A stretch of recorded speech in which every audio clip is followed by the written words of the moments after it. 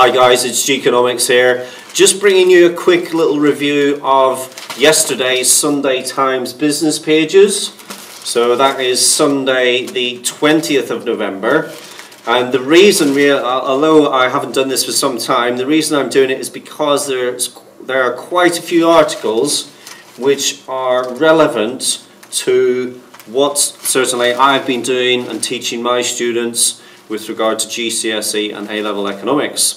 So let me start first of all with this article, which is entitled "The Prime Minister's Olive Branch to the City in Return for Curbs on Bosses' Pay." So this is an article all about Theresa May. Now, with my upper six, we've been looking at wage rates, wage determination, and part of the theory that you have to consider is the whole notion of introducing a maximum wage and what the pros and cons would be of such a thing. Well, in this particular article, it's discussing the fact that Theresa May is asking big business, FTSE 100 companies and so on, to back her and to support her on curbing the pay of the very highest and the very wealthiest individuals who tend to be big city company bosses and so on. So it's just a point that you may wish to include in any evaluative statement that you are making in an essay on maximum wages.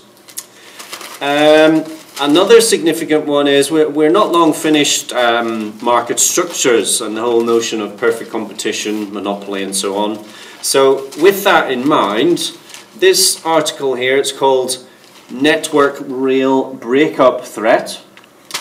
And this is about the Transport Secretary, Chris Grayling, who is considering introducing some type of competition, some type of competitive pressure, some type of competitive market into Network Rail with regard to, let me just double check exactly which areas he has suggested,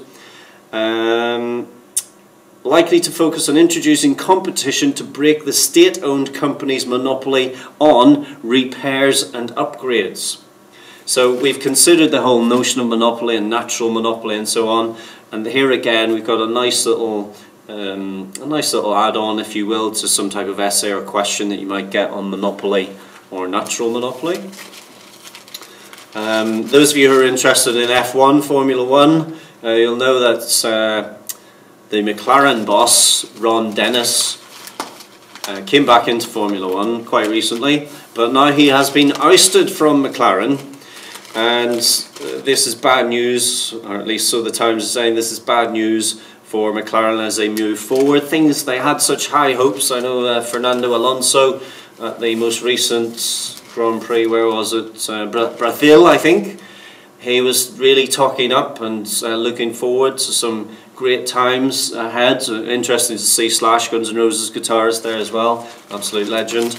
But yeah, this is talking about how this could be very uncertain times. And of course, Alonso, who's put all his eggs into the McLaren Honda basket in recent times, he may perhaps live to regret that if things don't go so well. It's talking about funding being lost as a consequence of Ron moving on.